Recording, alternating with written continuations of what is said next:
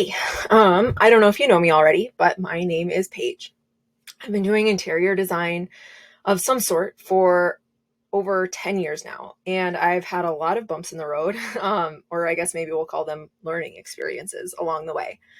I have a little about me blurb that I share on my website and my socials and my podcasts and everything.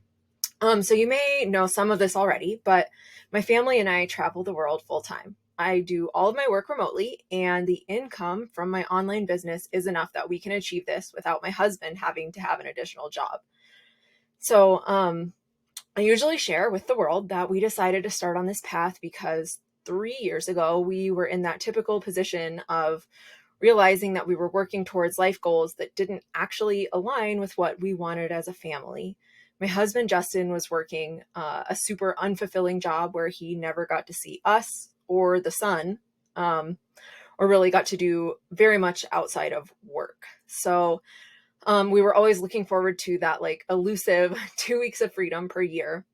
And every year we would go on this really awesome, amazing vacation to somewhere exotic and unique for 2 weeks, which was really great. But at the end of the trip, this like overwhelming sense of sadness and disappointment would set in, knowing that it would be another year before we could experience that again. I promised myself then that someday I would figure out how I could work from anywhere and our family would get to make that 2 weeks of heaven into our whole life. I knew that there were people that did it, and I knew that I could be one of them.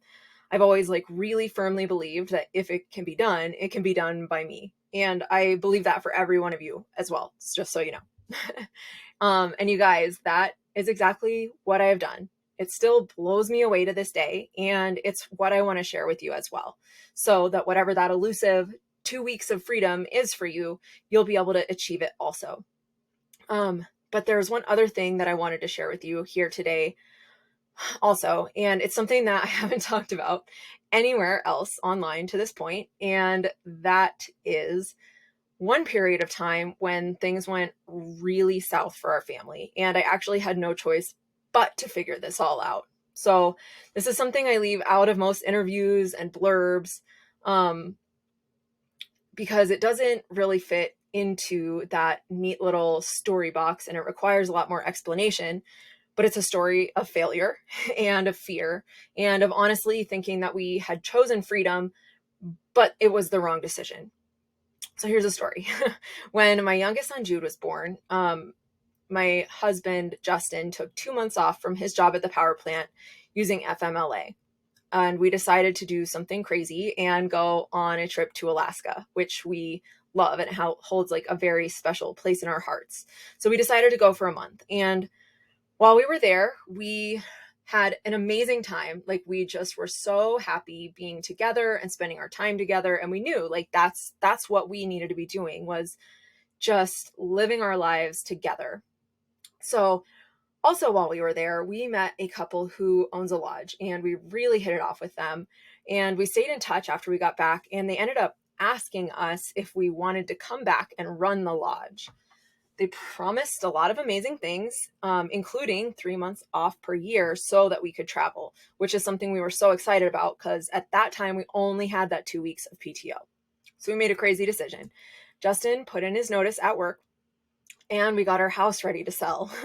We bought a big camper that we decided we would stay in when we traveled around the US during those months off, and also that we would use to drive to Alaska. So we literally quit our jobs and we sold our house and we sold all of our stuff and we set out for Alaska with 2 young kids on a whim and a prayer.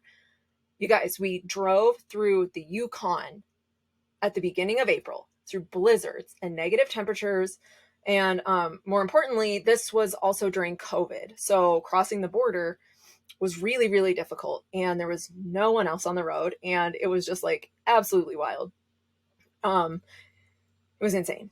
And I'll spare you all of the terrible details, but the long and short is that we followed our dream and we were spontaneous and we made that leap that everybody talks about, and then it didn't work out. So, not even a little bit.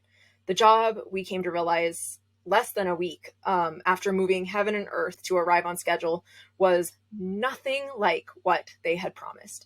Nothing was going to be as planned, and it was to the point that Justin and I went for a drive one afternoon, and we had like this long powwow, and we made a decision that we were not going to be able to stay there at the lodge. So we left. And then now, though, we're in Alaska during COVID and we have no income. Both of our jobs, like that we had planned on, were gone, not there, all in one day.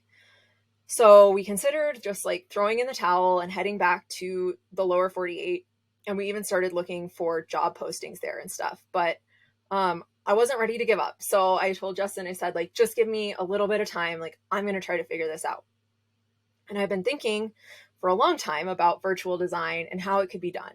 So keep in mind, though, this was more than 2 years ago, and there really weren't many resources available for it, and hardly anyone was doing it at the time. But I knew that I could do it, obviously, right? What I said above. So I tried, and it worked. And also some things didn't. And I made mistakes, and I learned from the mistakes, and I lost money on some projects, and I made critical changes then for the next project so that it wouldn't happen again. And I continued researching and networking, and I built a business on it. So we came back from Alaska that fall. I mean, like, obviously, we weren't going to stay there for the winter in our camper. And I had a really strong foundation in place for how to do virtual design remotely. And I was so excited. But I guess, like any real life story, that wasn't actually the end of the problems. So I quickly realized that in virtual design, there is not a ready and willing pool of local homeowners who are just going to physically walk in your door, like I was used to in full service design. So I would end up with like 10 projects one month and then 0 projects the next month. And I realized that just figuring out how to do virtual design wasn't enough. So I also needed to figure out how to find a steady stream of clients and how to market my online business, how to make enough money so that my husband wasn't going to have to work, so that we could actually achieve that goal of traveling anywhere we wanted, anytime we wanted, and how to keep the income coming in, whether I had active projects or not. So all of that is what I'm going to go into some more in the next video. So make sure and stay tuned.